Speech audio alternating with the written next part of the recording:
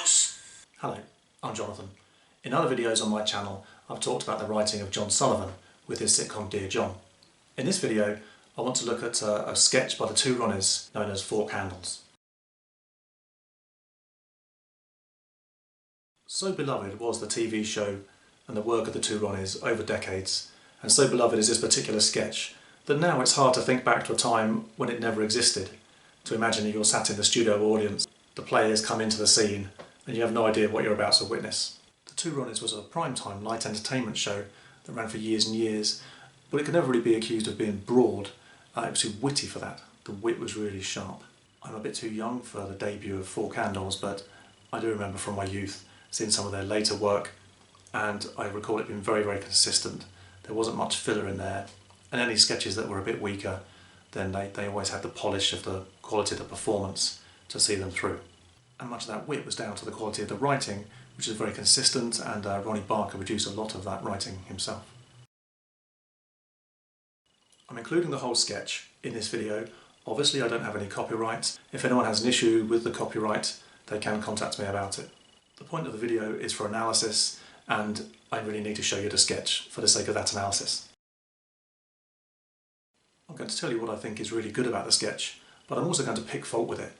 Why would I do that? Well, I wouldn't bother doing it about something that I didn't like. I wouldn't waste my time doing it about something I didn't think was very well crafted. So it's just me being my pedantic self. So what's so good about this sketch? Well, I think the premise is really strong. It's a very familiar setting, a kind of a convenience/hardware store that people of a certain vintage will recognise, a store that kind of sells anything. It's got a great simplicity to it. We see that Ronnie Barker is the customer, Ronnie Corbett is the person who's serving. The sketch has a sequence of punchlines where the customer asks for one item and the server misunderstands what it is the customer wants. Pretty simple, but very effective. We also have a kind of arc to it where the server becomes increasingly frustrated at the customer while the customer remains very kind of straight-faced. I think most people who you asked would say that Four Candles is the most memorable part of the sketch. That's what it's best known for, the easiest bit to recall.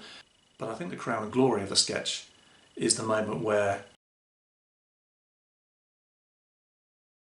Four candles. Four candles.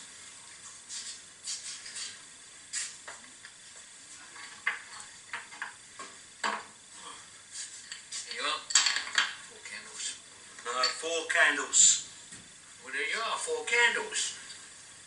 No, four candles. Handles for forks.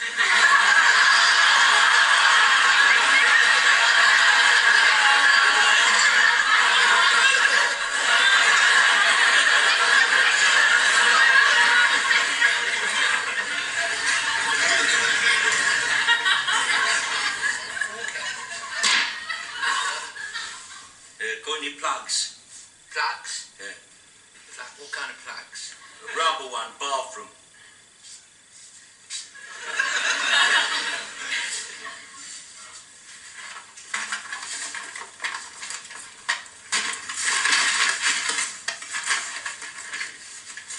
What size?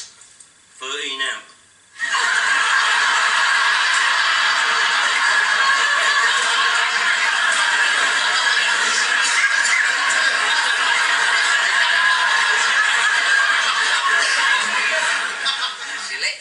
Electric bathroom plugs, you call them.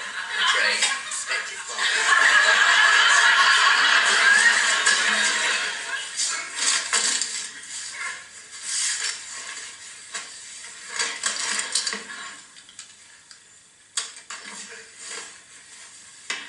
What?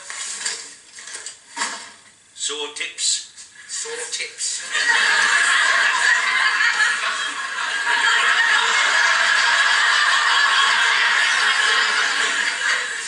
What do you want, ointment or something like that? No, saw tips, but covering the saws. Tips. No, we haven't got any. Covering them, but we haven't got any. Got any hose? Hose? Hose.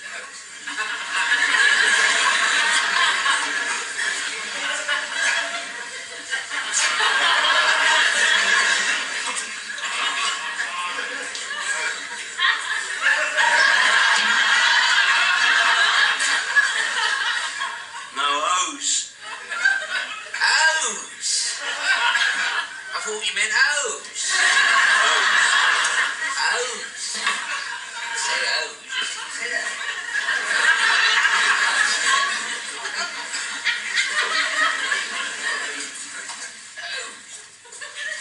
Hose. You meant hose. No, hose. Hose? What a... Oh, you mean pantyhose? Pantyhose. No, hose. Hose for the gate. Mon repose. Hose. Letter hose.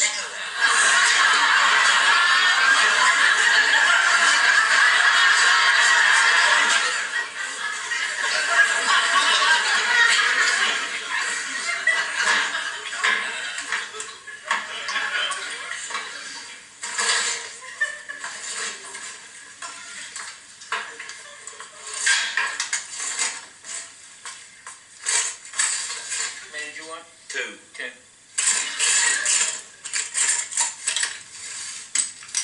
Right.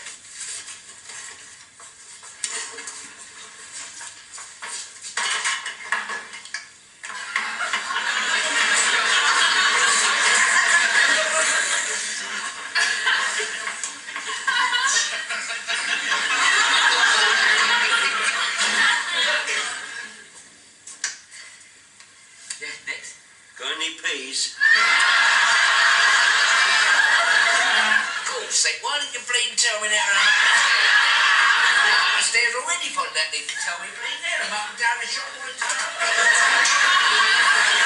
I'm always shot up and down in the help today. Tell me when I'm playing anything. I'm playing for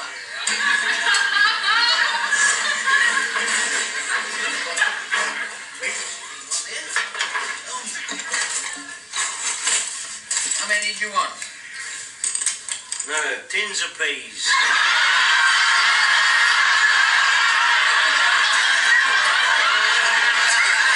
Three tins of peas.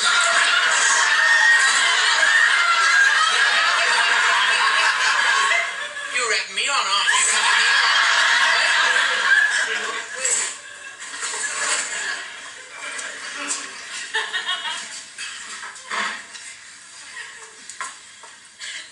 There we are. Right. Pumps. Pumps. Pumps. And pumps, food pumps. Come on. Foot pumps. Food pumps. Food pumps.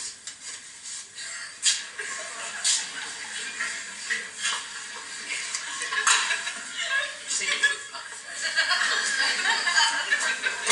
Tidy up in here. There we are.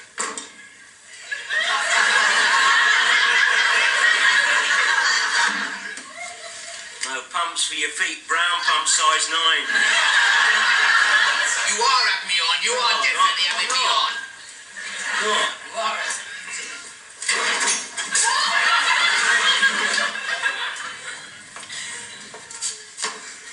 Washers. What? Windscreen washers, car washers, dishwashers, floor washers, back scrubbers, lavatory cleaners, floor washers.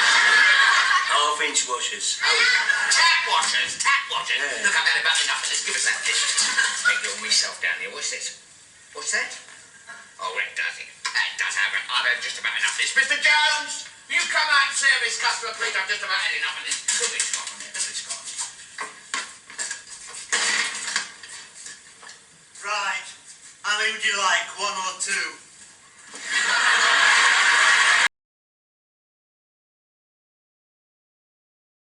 But I think the crown and glory of the sketch is the moment where the customer asks for peas, having just asked for O's.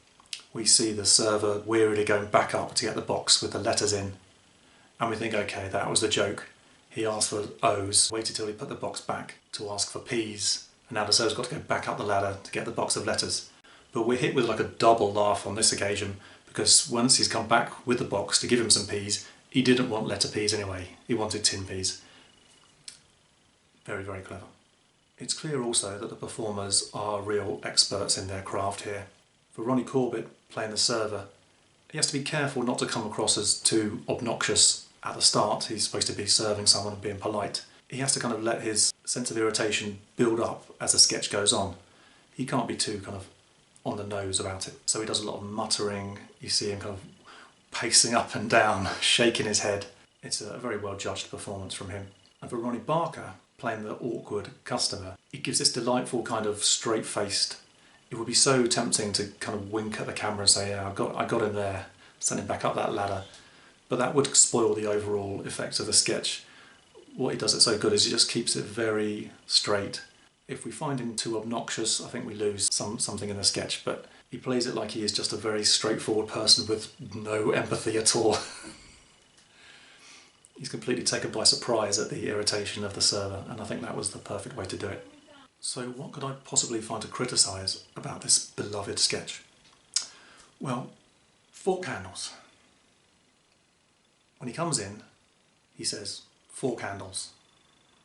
Now the only real justification for saying fork handles is if you want a multiple of handles of forks. But the server only puts one fork handle on the table, and that appears to be all he wants, so why didn't he say a fork handle? Another point, at one point he's asking for pumps, and it turns out he's after shoes, brown size 9. I think it's maybe stretching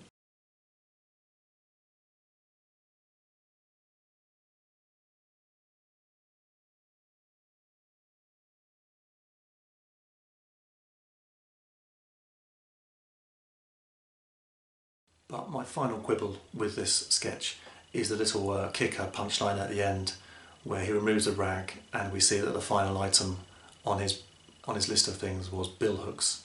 Now, I'm not really much of a gardener, but I've looked up what a bill hook is, and it's a kind of a pruning knife with a hook like a duck's beak. So that's what a bill hook is.